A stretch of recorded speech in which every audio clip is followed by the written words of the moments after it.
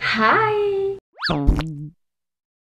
Cette vidéo, j'ai hyper envie de la filmer pour ce qu'elle représente, mais à la fois, je n'ai pas du tout envie de la faire et ça fait 2 ans que je la repousse. Donc, ça en dit long. Sauf que dernièrement, j'ai lu le livre de Jennette McCurdy, I'm Glad My Mom Died. C'est le mémoire d'une femme devenue actrice à l'âge de 7 ans qui raconte en détail sa relation hyper problématique avec sa mère et notamment la responsabilité que sa mère a eue dans sa relation hyper malsaine avec la nourriture. Sa mère diabolisait tout type d'aliments au point où la gamine était apeurée de manger de l'ananas parce qu'elle pensait qu'il y avait trop de sucre dedans, enfin bref. Donc déjà dans son ensemble, c'est un livre extrêmement gênant à lire. À plusieurs reprises je me suis dit je ne suis pas censée lire ça, c'est trop personnel, c'est trop intime, je suis pas censée en savoir autant sur les traumatismes de cette femme. Et puis je dois avouer que les souvenirs qui sont remontés à la surface, pour ma part c'était pas des souvenirs plaisants quand elle parle encore une fois en détail de ses troubles du comportement alimentaire. En janvier 2019, j'ai développé des troubles du comportement alimentaire au point où je me faisais vomir 3 fois par jour. Et cette vidéo je veux la faire pour les mêmes raisons pour lesquels j'ai fait la vidéo sur la dépression et sur l'anxiété. De 1, pour un but purement personnel, purement égoïste, de me libérer de ce poids et de cette honte et du stigma qu'il y a autour de cette maladie. De 2, pour les gens qui s'identifieront à mon expérience, de vous aider à vous en sortir également. Bien que je le rappelle à chaque fois qu'il en est de maladie mentale, faites appel à un professionnel s'il vous plaît. Et de 3, éduquer les personnes qui ne comprennent pas cette maladie ou qui n'ont jamais été confrontées soit directement soit indirectement à ça. Chaque expérience est différente, chaque expérience est unique. Je ne prétends pas avoir la science infuse, je vais juste partager mon expérience et les leçons que j'en ai tirées à titre personnel. En éditant cette vidéo, je me suis rendu compte qu'elle était beaucoup trop longue, donc je vous ai divisé ça en 2 parties. Dans cette vidéo, je vous explique mon parcours, comment j'ai développé des troubles du comportement alimentaire et aussi pourquoi, selon moi, c'est arrivé. Pour rappel, je ne suis pas là pour faire piailler dans les chaumières, je vais bien, je suis juste ici pour partager mon expérience. Dans la vidéo suivante, je vous explique ce qui m'a aidé à me sortir de cet engrenage, de cette maladie. Je vous parle aussi de mon rapport au corps et à la nourriture à l'heure actuelle et comment j'essaye dans mon quotidien de faire une différence pour, je l'espère, un jour arriver à vivre dans une société qui n'est pas grossophobe. Non. Je pense qu'il est important de parler de mon background, de mon passé, de mon enfance et de vous donner quelques détails qui sont significatifs, je pense, pour la suite des choses. Je ne sais pas si ça se voit à la caméra, mais je suis assez petite. Je fais 1m55. On m'a toujours qualifiée de petit format et ça a toujours été depuis ma tendre enfance. Je pense qu'avant mes 11-12 ans, je n'étais pas du tout consciente de ce que mon corps représentait, de l'image que je véhiculais. J'avais aucun jugement sur ma personne, je me regardais pas dans le miroir en mode « Oh, je suis super jolie aujourd'hui » ou « Oh, je suis super moche aujourd'hui ». Je ne me souviens pas du tout être consciente de mon apparence. C'est quelque chose qui a changé au collège, quand les gens autour de toi commencent à changer, et puis tu rentres dans la puberté, les filles commencent à prendre des formes, etc. Et je me souviens faire cette chose. Je me souviens qu'à la maison on n'avait pas de balance, mais que chez ma meilleure amie, ils en avaient une. Et occasionnellement, quand j'allais dans sa salle de bain, je me pesais. Je vais pas vous donner les détails, mais c'était proportionnel à ce que je suis maintenant, sauf que vous me mettez en format 13 ans. Et je me souviens avoir un chiffre en tête, le chiffre qui était sur la balance la plupart du temps. Et je me souviens que si je dépassais un petit peu ce chiffre, j'allais me dire « Ah bah demain je vais moins manger. Comme ça, je vais réguler mon poids. » Et rien que ça, à 13 piges, je me dis comment c'est problématique. Qui m'a mis cette idée dans le crâne? Pourquoi je faisais ça? Les années passent et je me souviens, lycée ou même université, je prends pas de poids plus que ça. Je reste comme je suis un peu aujourd'hui, mais avec un peu moins de forme, un peu moins de poitrine, un peu moins de cuisses. Genre le corps d'une enfant qui se développe tranquillement quoi. En tant que jeune adulte, je rigole de mon apparence dans le sens où je dis que je n'ai pas de poitrine, j'ai pas de fesses, mais c'est pas quelque chose qui m'affecte plus que ça. Les relations amoureuses dans lesquelles je suis sont avec des garçons pas terribles sur certains points, mais en ce qui concerne critiquer mon apparence, etc., c'est pas quelque chose que je vis. Donc je ne suis pas confrontée à des hommes qui descendent mon apparence physique, même s'ils sont assurés de flinguer d'autres choses.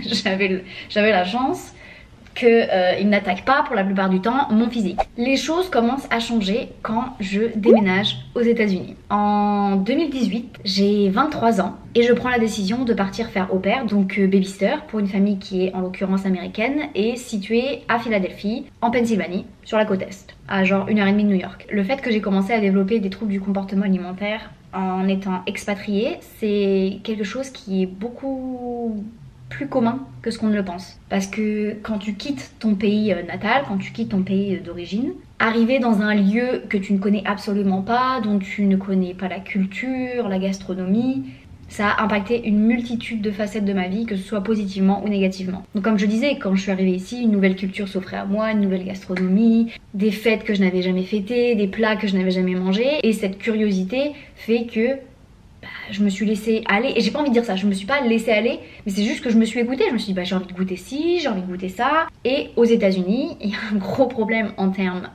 de nourriture, puisque la plupart du temps, vous n'avez pas de produits de bonne qualité à disposition. De toute façon, plus c'est produit en masse, généralement moins c'est qualitatif. Et du coup, je me suis retrouvée avec une alimentation blindée en additifs, blindée en sucre ajouté, blindée de plein de merde. J'ai commencé un peu à gonfler. Et j'ai commencé à avoir beaucoup plus de poitrine. Et c'est quelque chose que les gens autour de moi ont remarqué. Donc c'était pas dans ma tête, c'est vraiment, j'ai pris des seins de fou. Ensuite aux États-Unis, malgré tout ce qu'on peut entendre sur l'obésité, la culture de la fitness est omniprésente. Je ne sais pas vous citer une seule personne de mon entourage ici qui n'a pas un abonnement à la salle de sport. Et ils y vont. Genre, ils y vont vraiment. Donc bien évidemment, je me suis un peu fondue dans la masse. J'ai fait mon petit abonnement de 10 $ à la salle de sport Planet Fitness qui était à 5 minutes de chez moi. Et je me tuais à la tâche. Parce que je voyais ce que je mangeais. C'était pas la nourriture la plus saine, on reviendra sur saine du monde. Mais je voyais que je gonflais, etc. Donc j'essayais de contrebalancer tout ça avec 6 jours par semaine à la salle de sport. Ça n'a aucun sens. Psychologiquement, à l'époque, c'était pas la folie, dans le sens où oui, je m'épanouissais énormément dans ma nouvelle vie ici, mais d'un point de vue plus personnel, j'avais beaucoup de soucis. Notamment, j'avais une relation hyper compliquée avec l'un de mes proches et ça m'affectait énormément. Professionnellement, j'étais assez perdue, je venais de lâcher un CDI pour être babysitter et être payée 800 balles par mois, alors que je sortais d'un master. Enfin, beaucoup de choses, je pense, qui étaient à prendre en compte à cette époque-là, qui ont fait de ma petite tête un terrain bien fertile pour les troubles du comportement alimentaire. Maintenant que je vous ai parlé un peu de mon enfance, que je vous ai parlé un peu de la période à laquelle ça a commencé, je vais vous parler de ce que je considère le dégringolage. Vraiment, c'est la période où c'est parti en couille totale. Et les troubles du comportement alimentaire, c'est pas quelque chose qui arrive du jour au lendemain. C'est progressif, c'est vicieux. Ça se fait sur quelques semaines, sur quelques mois. Et progressivement, votre quotidien, il ressemble à ça. La nourriture et mon apparence étaient la chose à laquelle je pensais du matin au soir, du moment où j'allais me lever au moment où j'allais me coucher. Je me couchais en planifiant les repas que j'allais prendre le lendemain, pour être sûre que je ne dépasse pas un quota de calories que je m'étais fixé, qui était de 1000 calories, ce qui est rien, ce qui est insignifiant. Vous pouvez pas vivre sur du 1000 calories. C'est complètement irréaliste et c'est très dangereux. Je me scrutais dans le miroir, chaque centimètre carré je l'épluchais, c'est dégueulasse, c'est plein de vergetures, c'est mou, je me trouvais dégueulasse dans un pays qui est omnibulé par le culte du corps parfait. J'avais même mis une photo d'une fit girl là sur mon téléphone en fond d'écran, en mode c'est ton goal, c'est ton objectif. Vu que j'avais pris du poids en arrivant aux États-Unis, j'avais des fringues dans lesquelles je rentrais plus et je me souviens d'avoir un jean que j'avais gardé qui était mon jean objectif. Je rentrais plus dedans mais c'était mon objectif.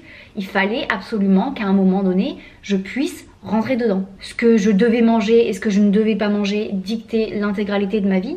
Genre ma vie sociale était impactée par ça. Avant de sortir voir mes potes par exemple, je mangeais une salade avant de partir et je me disais comme ça c'est bon, j'ai fait mon repas, c'est un repas sain, je sais ce qu'il y avait dans mon assiette. Et puis tu sors, tu vas au bar et puis les gens ils prennent des apéros, ils prennent une planche de charcuterie. Et puis vu que tu te restreins à longueur de temps, tu vois ça, c'est devant toi, mais tu peux pas résister. Donc bingo, tu finis par te ruer sur la nourriture. Quand je vous dis que j'étais obsédée par les calories, c'était au point où je connaissais la quantité de calories dans un demi-avocat, dans une tranche de pain de mie de la marque qu'on avait, dans un crackers, dans 2 crackers, mais aussi dans le paquet entier. C'était une obsession du contrôle pour contrebalancer avec toutes ces facettes de ma vie où j'en avais aucun en fait. Et le paradoxe de cette maladie, c'est que la nourriture et votre apparence, ça consume tout votre temps, toute votre énergie, vous pensez qu'à ça, mais c'est aussi la chose que vous essayez de restreindre le plus, que vous essayez de réduire, de rétrécir au maximum. Pour rentrer dans les 1000 calories par jour, j'ai essayé tout et n'importe quoi en termes de diète, en termes de régime, paléo, keto, sans gluten. Sauf que restreindre son corps à ce point, restreindre ce besoin primitif de manger, d'assouvir sa faim, c'est pas du tout pérenne. c'est pas tenable, c'est malsain et votre corps va tout faire pour aller à l'encontre de ce que vous lui infligez. Donc à ce moment-là, ça va devenir votre corps contre votre tête. Quand je perdais le contrôle, c'est-à-dire quand je me restreignais pendant une période et que je finissais par vouloir du sucre, vouloir ce croissant, vouloir ce pain au chocolat, vouloir cette pizza, votre cerveau il va passer en mode foutu pour foutu. Tu vas te ruer sur la nourriture jusqu'à t'en rendre nauséeuse, jusqu'à t'en rendre malade physiquement parce que tu te goinfres tellement que tu vas te sentir mal. Et je compensais en me faisant vomir parce que quand j'étais dans cet engrenage, il n'y avait aucun juste milieu. C'était soit je me privais complètement, soit je pétais un câble et je bouffais tout ce que je pouvais voir. Je me rappelle, il y avait aussi des choses dans la maison que j'aimais pas particulièrement. Je me rappelle, et c'est pour ça que je vous ai cité les crackers tout à l'heure, il y avait des crackers que j'aimais pas vraiment ça. J'avais pas de sensation de satiété, j'avais pas de sensation de faim. Mon cerveau n'émettait plus aucun signaux de ce type, vu que je faisais n'importe quoi, qu'en gros j'avais déréglé la machine. Et je me souviens voir les crackers, ne pas avoir de sentiment de faim, mais mon cerveau me dire mange-les. Mange-les dans le sens où je sais pas quand est-ce que tu vas me repriver de nourriture, donc là il y en a devant toi, tu vas me bouffer ce que tu vois. Et pendant des semaines, ça arrivait à chaque repas. Je me goinfrais tellement qu'à la fin de chaque repas, j'étais obligée d'aller me faire vomir. Parce que oui, tu planifies tous tes repas, tu planifies les calories par repas, et puis tu te lèves le matin et puis tu te dis allez, aujourd'hui ça va le faire. Aujourd'hui je vais avoir une journée où je vais respecter ce que je me suis imposé. Je vais pas aller au-dessus de tant de calories et je vais faire ma séance à la salle et tout va bien se passer. Je vais être satisfaite de moi. Et puis bah tu commences comme ça, tu suis ton petit programme, tu fais ton petit déj qui te frustre à mort parce que toi tout ce que tu as envie de bouffer c'est une tartine de Nutella. Donc tu continues, tu fais ton petit lunch avec ta salade qui te satisfait pas du tout. Et puis le goûter arrive. Tu te dis ok je mange 3 amandes. Sauf que là tu vois la brioche dans le placard et tu te dis si j'en prends une tartine, ou même si la tartine je la prends, je la divise en deux. Donc là ça va faire tant de calories, ok. Si je mets une petite couche de Nutella dessus ça va faire tant de calories, ok. Donc c'est bon, je suis encore large, je peux y aller. Et là quand vous mangez la tartine, votre cerveau il se dit enfin, enfin la couse elle assouvit un besoin. Enfin, elle s'autorise la chose qu'elle a envie de manger. Et là, c'est la porte ouverte au foutu pour foutu. C'est-à-dire que je bouffais tout ce que je pouvais trouver. Donc là, le quota de calories journalier, je l'explosais. Je mangeais beaucoup plus que mon corps n'était capable d'engranger. Et je mangeais au point de me rendre nauséeuse, de me rendre physiquement malade. De me dire là, si je vais me coucher, je vais jamais dormir parce que je me sens mal. J'ai mal au ventre, je suis allée me faire vomir et puis c'est la première fois où je me suis dit ah bah j'ai mangé tout ce que j'ai voulu, j'ai vomi et là je me sens mieux. Et c'est comme ça que ça commence.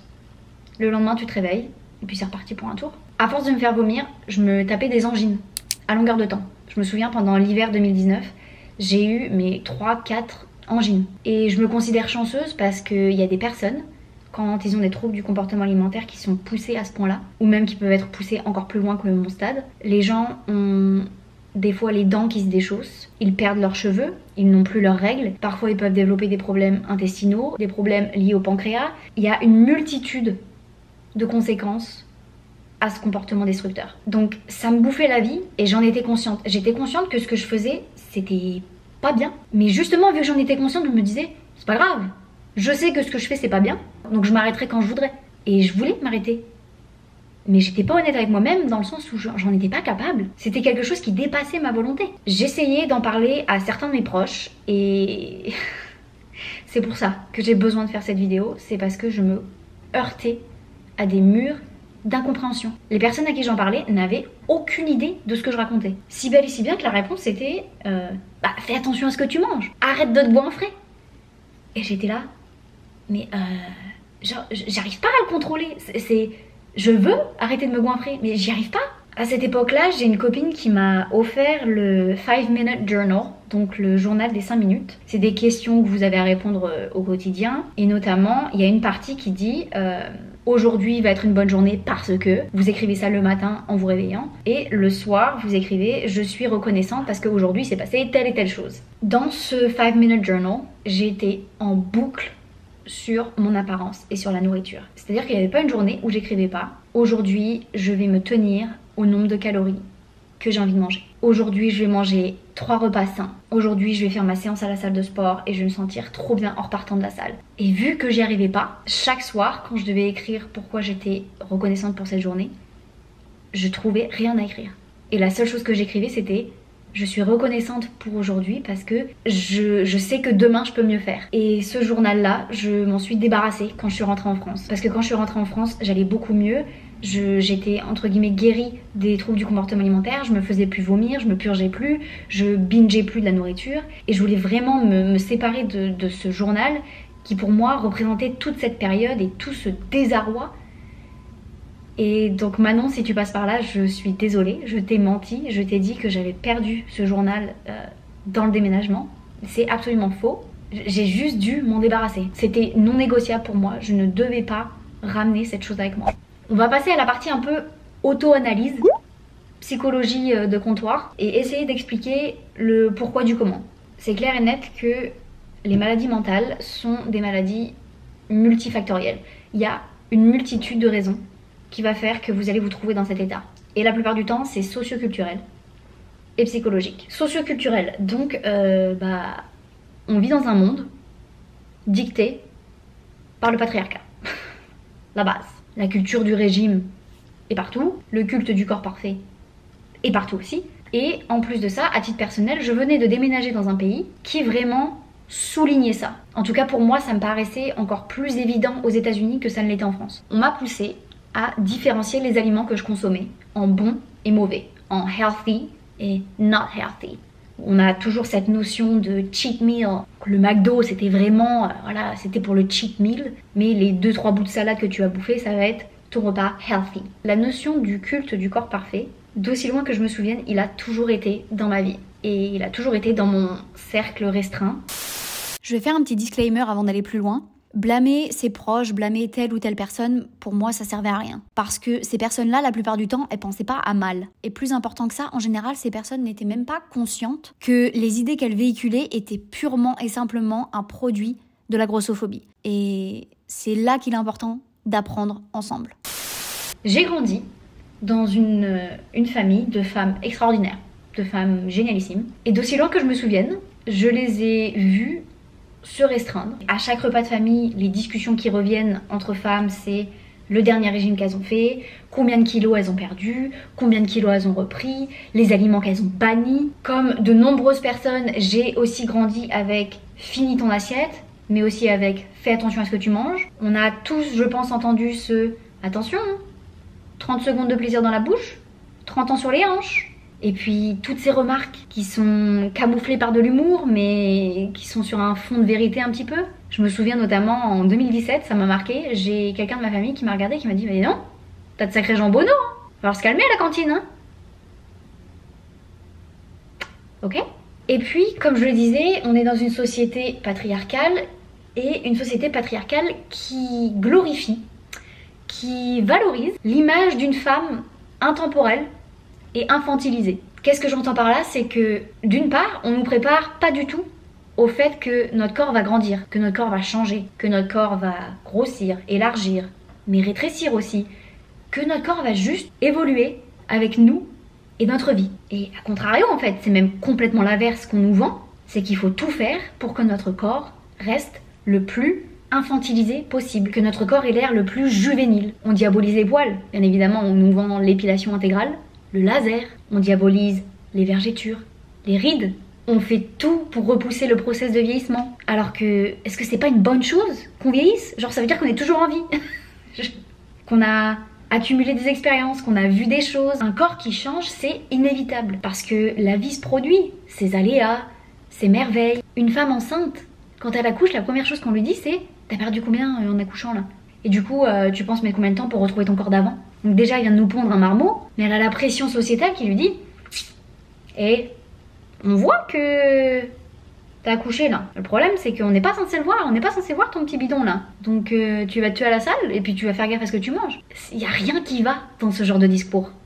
C'est tellement malsain et c'est tellement à l'encontre de la nature de l'humain. On n'est pas stoïque, on n'est pas fait de marbre, on va changer, on va évoluer, on va être altéré avec le temps. Il y a une parole d'Orelsan que j'adore. Je comprends pas pourquoi tu t'inquiètes quand tu prends du poids. Pour moi, c'est ça de prix, j'ai toujours plus de toi. Et c'est une parole vraiment à laquelle je pense souvent. Je vous ai parlé de l'aspect socio-culturel dans ma petite analyse et maintenant je vais vous parler de l'aspect psychologique. Comme je vous l'ai dit, j'avais beaucoup de choses sur le cœur, j'avais beaucoup de choses à gérer et je n'étais absolument pas suivie psychologiquement. J'avais l'impression de ne pas contrôler grand chose dans ma vie et l'alimentation, la nourriture, c'était vraiment une chose où je me disais ça tu peux contrôler, ça tu peux maîtriser. Certes mentalement t'es misérable et tu traites pas du tout le problème de fond, mais tu vas te leurrer et tu vas te faire croire que le fait de contrôler chaque calorie que tu vas ingérer, ça va changer toute ta vie. C'est absolument faux. Et c'est là aussi que je veux faire une petite parenthèse. Je suis extrêmement frustrée, extrêmement énervée du fait que les nutritionnistes et les diététiciens, par défaut, n'ont pas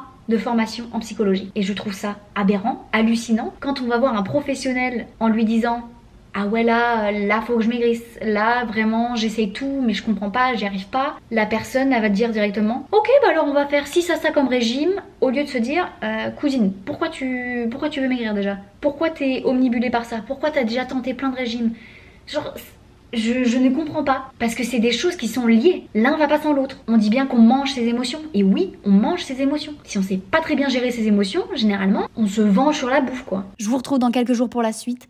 Prenez soin de vous, ok? Allez, des kisses.